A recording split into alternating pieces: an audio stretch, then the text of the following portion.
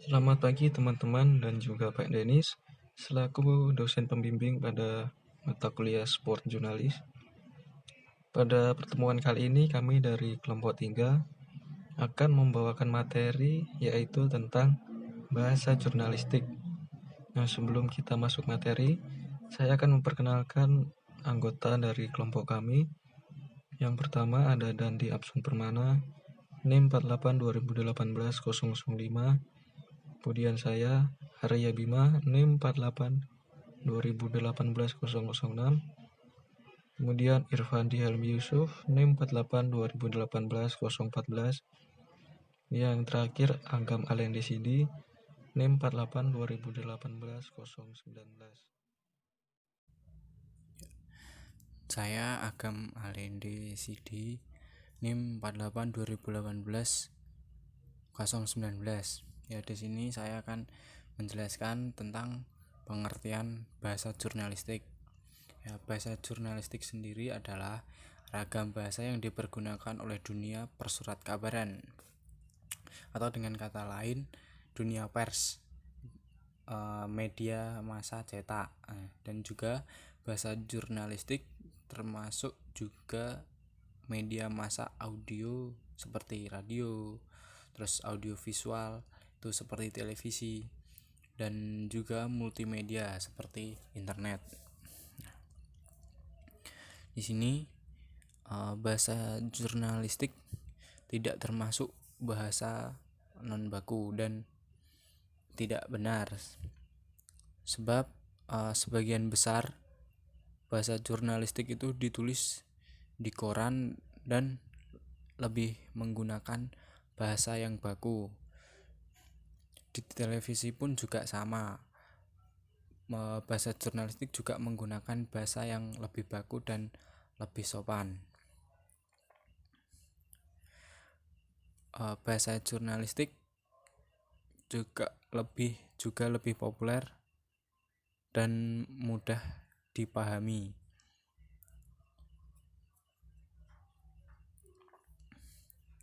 Ya, selanjutnya dalam bahasa jurnalistik ada beberapa poin yang perlu disampaikan. Ya, yang pertama adalah ragam bahasa. Yang kedua ada ejaan. Lalu yang ketiga ada kata. Yang keempat ada kalimat. Dan yang kelima ada paragraf atau alinea. Yang keenam ada bentuk penyampaian. Di sini saya akan menjelaskan tentang ragam bahasa Indonesia.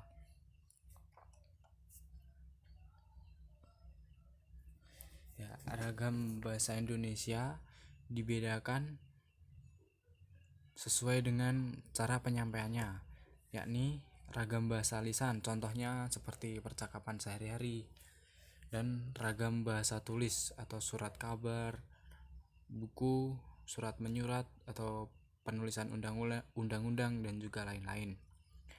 Bahasa yang baik dan benar adalah bahasa yang komunikatif atau mudah dipahami baik dari penyampaiannya maupun dari audiennya.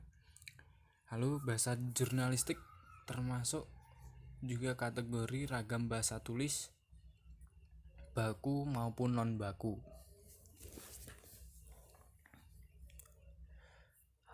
Ragam bahasa baku yaitu resmi atau formal, dan non baku adalah bahasa yang digunakan pada anak-anak remaja mungkin, lalu seperti contohnya kalau di televisi juga sinetron atau itu. Lalu ragam bahasa juga dibedakan karena spesifik materi yang akan disampaikan.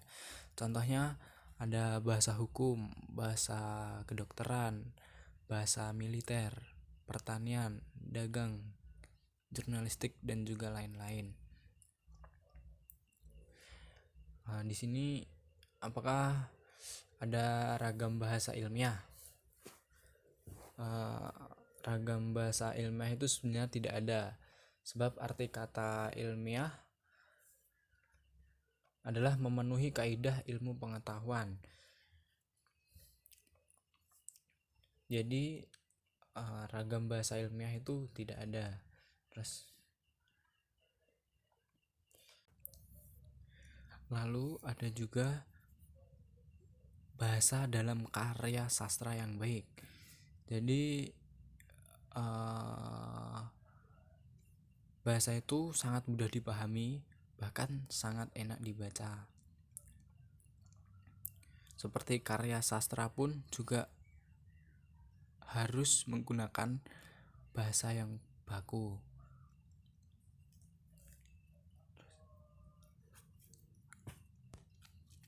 Kemudian kita masuk ke bagian kedua, yaitu tentang ejaan. Ejaan adalah tata cara penulisan huruf, kata, kalimat, tanda baca, pemenggalan, dan penggabungannya dalam suatu bahasa. Dari tahun 1947 sampai dengan tahun 1972, bahasa Indonesia menggunakan ejaan Sowandi. Dari ejaan Sowandi yang masih diingat oleh masyarakat adalah penulisan C dengan TJ, NY dengan NJ, dan J dengan DJ. Dari tahun 1972 sampai sekarang, dipergunakanlah ejaan yang disempurnakan atau disebut EYD. Kemudian, apakah bahasa jurnalistik mutlak harus patuh pada EYD? Jawabannya tidak harus. Hanya bahasa jurnalistik pada media massa yang bersifat formal untuk menyampaikan fakta, data atau berita, dan pendapat atau opini yang bersifat formal pula yang mutlak harus patuh pada EYD. Misalnya pada koran atau majalah nasional yang dibaca oleh seluruh penduduk Indonesia dan memberitakan atau menulis tentang masalah perekonomian, politik, sosial, dan budaya yang bersifat nasional bahkan internasional, yang mutlak harus patuh pada EYD. Nah, di manakah kita bisa memperoleh pedoman penulisan sesuai dengan EYD? Pedoman penulisan dengan kaidah EYD bisa kita dapatkan dari buku-buku pedoman berbahasa Indonesia yang banyak dijual di toko-toko buku terdekat.